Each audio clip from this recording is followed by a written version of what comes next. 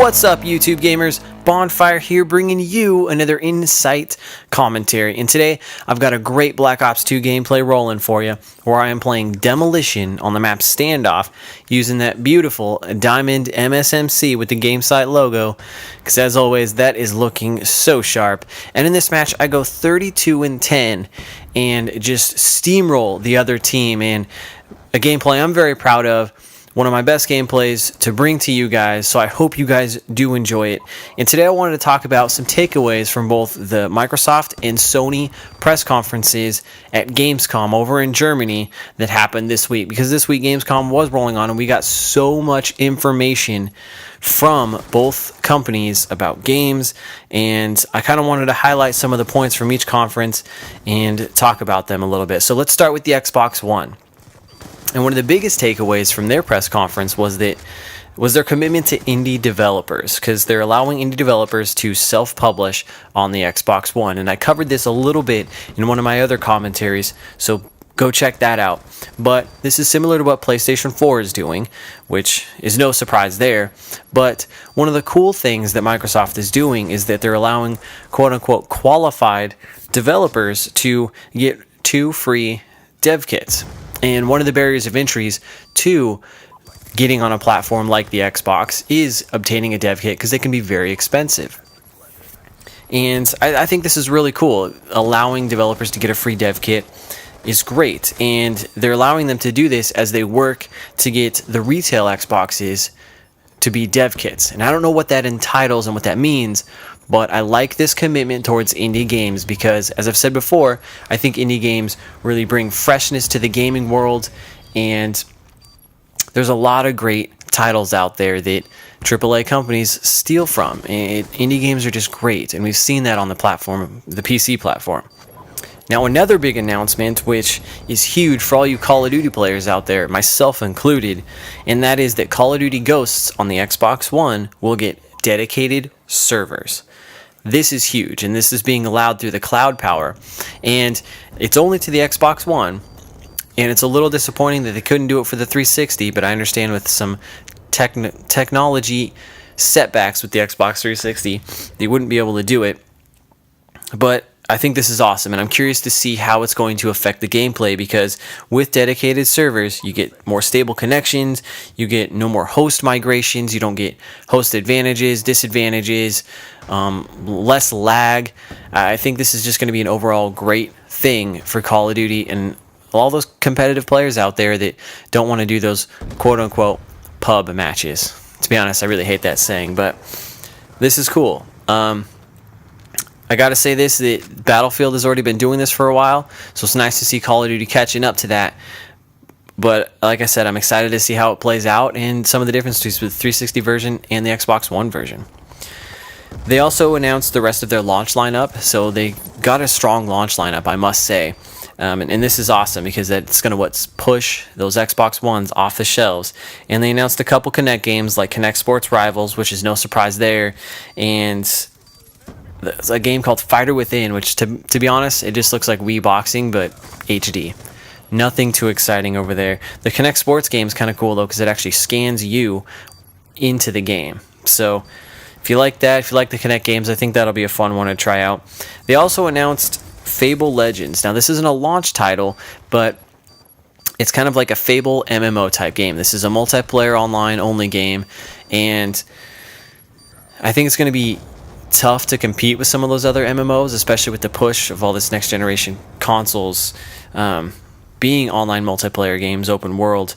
But it seems pretty cool, and we'll kind of see how it plays out. But for all you Fable fans out there, you've got another Fable game coming your way to the Xbox One. And as always, they announced exclusive content with The Division, which is big for me because that game looks awesome, as well as, of course, Call of Duty. So they're maintaining that tradition of exclusive content. Now, the PlayStation 4, I must say, was a huge press conference, and we got a lot of great information. Starting with the Vita price drop. Finally, in the US, the Vita is dropping to $199.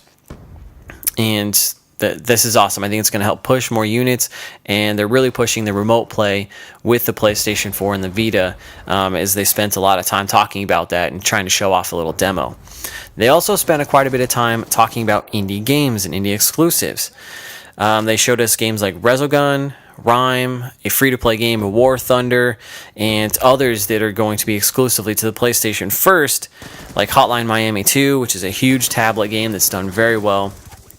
And there's other games like that on the way. So there's a lot of games coming to the PlayStation 4 as well as the PlayStation 3 and the Vita. So if you like games, this is looking like a great platform to give you a variety of games to play on. Now, they also talked about some exclusive content that they're doing, such as with GTA 5. So if you buy a digital version of Grand Theft Auto 5, you can get any other Rockstar game on the PlayStation for $10, any of them. That's awesome. I think that's really cool. It's trying to push that digital distribution, and I think they're getting a little bit of early release on some of the GTA 5 DLC as well. Also getting some Watch Dogs exclusive content. No surprise there, as they also announced a Watch Dogs movie that Sony's working on. Kind of cool to see how that plays out, but it's nice to see that they're trying to do some exclusive content of their own, because I know it's difficult to compete with Microsoft when it comes to exclusive content. They also showed us some gameplay. They showed us the Killzone multiplayer, which a lot of changes to that multiplayer, and it looks pretty cool. I'm excited to see it. The game looks fresh, it looks smooth, it's beautiful. It's shaping up to be a great game, and I think multiplayer, it'll be fun to play. They also showed Assassin's Creed 4, which this is where they used the remote play with the Vita, and it looked pretty smooth. I don't know if it's going to be that smooth in the real world, but it was really cool, and I must say that game is shaping up to be really awesome. There's a lot you can do within that game.